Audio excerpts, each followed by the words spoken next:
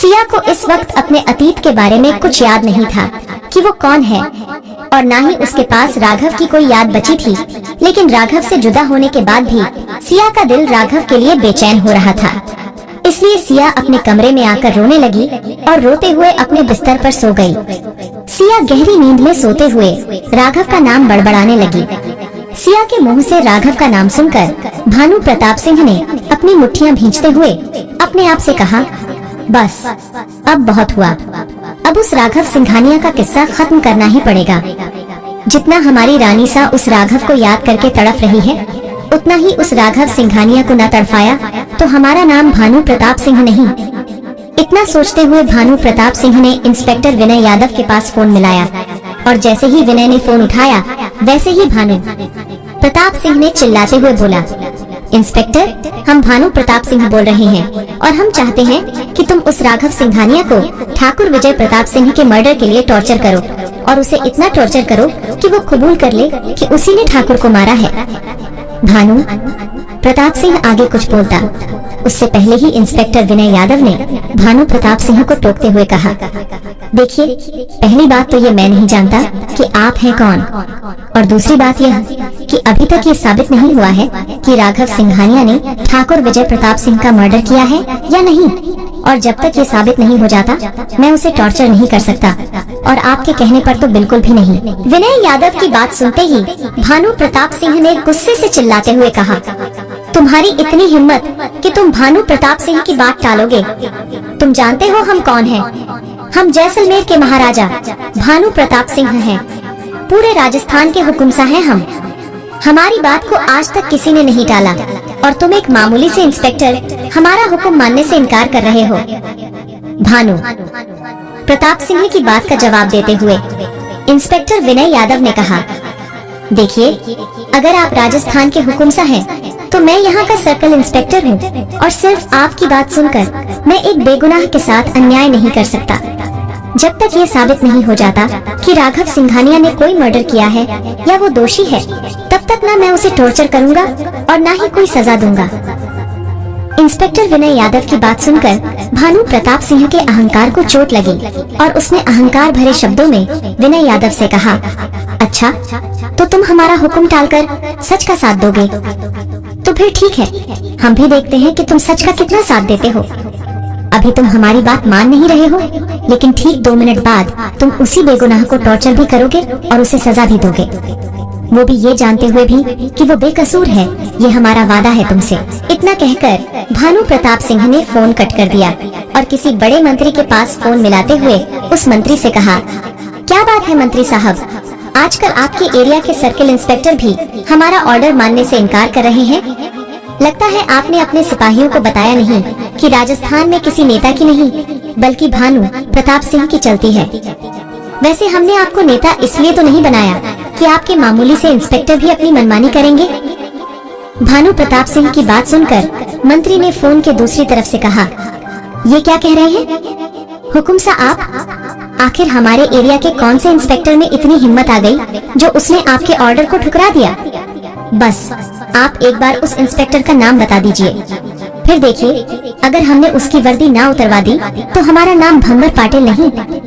मंत्री भंवर पाटिल की बात सुनकर भानु प्रताप सिंह ने कुटिल मुस्कान के साथ कहा, अरे नहीं नहीं मंत्री साहब, हमें उस इंस्पेक्टर की वर्दी नहीं उतरवानी। हमें तो बस उसका सच पर से विश्वास हटाना है। उसे ये बताना है कि भानु प्रताप सिंह का ऑर्डर न मानने का नतीजा क्या होता है। भानु प्रताप सिंह की बात सुनते ही मंत्री भंवर पाटिल ने कहा, हुकुमसा, आप बस ऑर्डर कीजिए कि हमें करना क्या है, फिर तुरंत आपका काम हो जाएगा। और रही बात उस इंस्पेक्टर की, तो आप एक बार उसका नाम बता दीजिए, जरा हम भी तो जाने कि आखिर ये हरिश्चंद्र की औलाद है कौन जिसने सच का साथ देने के लिए हमारे हुकुमसा की बात टाल दी। मंत्री भंवर पाटिल की बात सुनते ही भानु प्रताप सिंह ने गुस्से में दांत पीसते हुए कहा, वो कोई और नहीं, एक मामूली सा सर्कल इंस्पेक्टर विनय यादव है जिसे अपने ओहदे पर बहुत घमंड है। बस उस इंस्पेक्टर के पास फोन कीजिए और उससे मुंबई के उस गैंगस्टर राघव सिंघानिया की इतनी धुलाई करवाइए कि उसके शरीर की सारी हड्डियां टूट जाएं और वो चलने फिरने के लायक तक न रहे। इतना सुनते ही भंवर पाटिल ने कुटिल मुस्कान के साथ कहा, चिंता मत कीजिए हुकुम सा आपका काम हो जाएगा। जिस सर्कल इंस्पेक्टर ने आपका ऑर्डर मानने से मना कर दिया था, अब वो सर्कल इंस्पेक्टर आपकी बात भी मानेगा और आपसे माफी भी मांगेगा और साथ ही साथ आपके उस दुश्मन राघव सिंघानिया की धुलाई भी करेगा। इधर इंस्पेक्टर विनय यादव के पास जब भानु प्रताप सिंह का फोन आया था तो वो भानु प्रताप सिंह से बात करने के बाद सीधा राघव सिंघानिया के पास गया और जेल के अंदर खड़े राघव सिंघानिया से पूछते हुए बोला, राघव, तुम ठीक कह रहे थे। तुम्हें फंसाने के पीछे जरूर किसी की बहुत बड़ी साजिश है और जिसने तुम्हें फंसाने की कोशिश की है उसने मेरे पास भी कॉल किया ताकि मैं तुम्हें टॉर्चर कर सकूं। क्या तुम किसी भानु प्रताप सिंह को जानते हो? भानु प्रताप सिंह का नाम सुनकर राघव ने काफी देर तक कुछ सोचने के बाद जवाब देते हुए कहा, नहीं इंस्पेक्टर, मैं इस नाम के किसी भी आदमी को नहीं जानता और न ही मेरी ऐसे किसी आदमी से कोई दुश्मनी है। इनफैक्ट मैं तो ये नाम आपसे ही सुन रहा हूँ। हो सकता है ये भानु प्रताप सिंह ठाकुर विजय प्रताप सिंह का कोई रिश्तेदार हो या उसका कोई खास।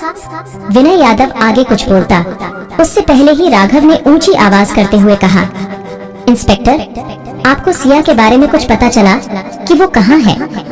राघव की बात सुनते ही इंस्पेक्टर विनय यादव ने अपना सर ना में हिलाते हुए कहा, नहीं राघव, फिलहाल सिया की कोई खबर नहीं है।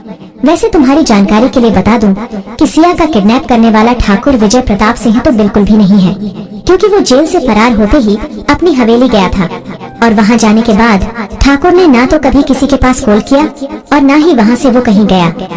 वहां से सिर्फ उसकी डेड बॉडी ही हमें मिली है, वो भी तुम्हारे सामने। इसलिए सिया को किडनैप करने का तो सवाल ही पैदा नहीं होता। सिया को किडनैप करने के पीछे किसी और का हाथ है।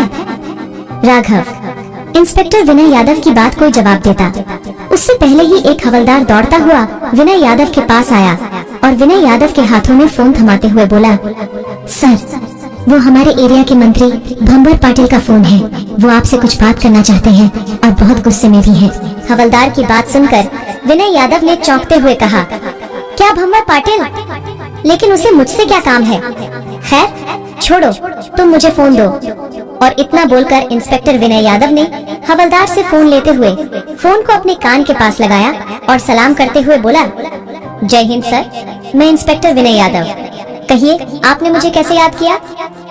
विनय यादव की बात सुनते ही भंवर पाटिल ने गुस्से में चिल्लाते हुए कहा, ओह, तो तुम हो वो सर्कल इंस्पेक्टर विनय यादव जिसने महाराजा भानु प्रताप सिंह के ऑर्डर को ठुकरा दिया।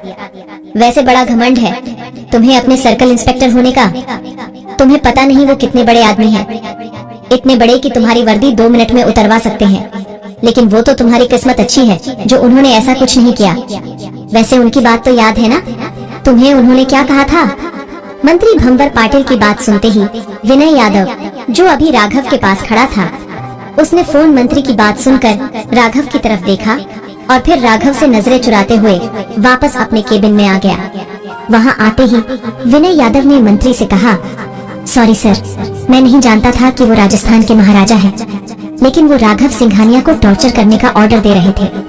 लेकिन जब तक ये साबित नहीं हो जाता कि मर्डर के पीछे राघव सिंघानिया का हाथ है, मैं कैसे किसी बेकसूर को सजा दे सकता हूँ?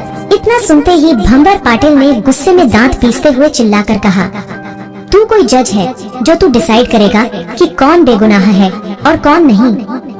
देख इंस्पेक्टर, अगर तुझे अपनी वर्दी प्यारी है तो हुकुमसा ने जो कहा है वो कर, वरना सच का साथ देने के लिए तेरी वर्दी उतरवा दूंगा और तुझे भी उस राघव सिंघानिया के साथ जेल में डाल दूंगा। इसीलिए जितना कहा जाए उतना कर और उस राघव सिंघानिया की हड्डी पसली तोड़ दे। अगर तूने ये काम नहीं किया तो मैं तुझे उस ठाकुर विजय प्रताप सिंह के मर्डर के जुर्म में अंदर कर दूंगा, समझा तू? अब फोन रख और अपना काम कर। मंत्री भंवर पाटिल की बात सुनते ही विनय यादव को गुस्सा आ गया और उसने गुस्से में उस फोन को दीवार पर फेंकते हुए बोला, वर्दी पहनते वक्त मैंने सोचा था कि हमेशा सच का साथ दूंगा और कभी किसी बेगुनाह को सजा नहीं दूंगा, लेकिन इस भंवर पाटिल जैसे मंत्री हम जैसे ईमानदार पुलिस ऑफिसर को ईमानदार रहने कहाँ देते हैं।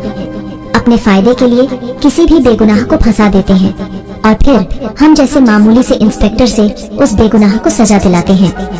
नहीं, मैं सिर्फ अपनी वर्दी बचाने के लिए राघव सिंघानिया जैसे नेक दिल आदमी को टॉर्चर नहीं करूंगा। क्या भानु प्रताप सिंह की चाल कामयाब हो पाएगी? क्या सिया राघव को हमेशा के लिए भूल जाएगी? क्या राघव कभी इस काल कोठरी से बाहर नहीं आ पाएगा? क्या होगा आगे जानने के लिए सुनते रहिए secret of devil only on pocket FM पर।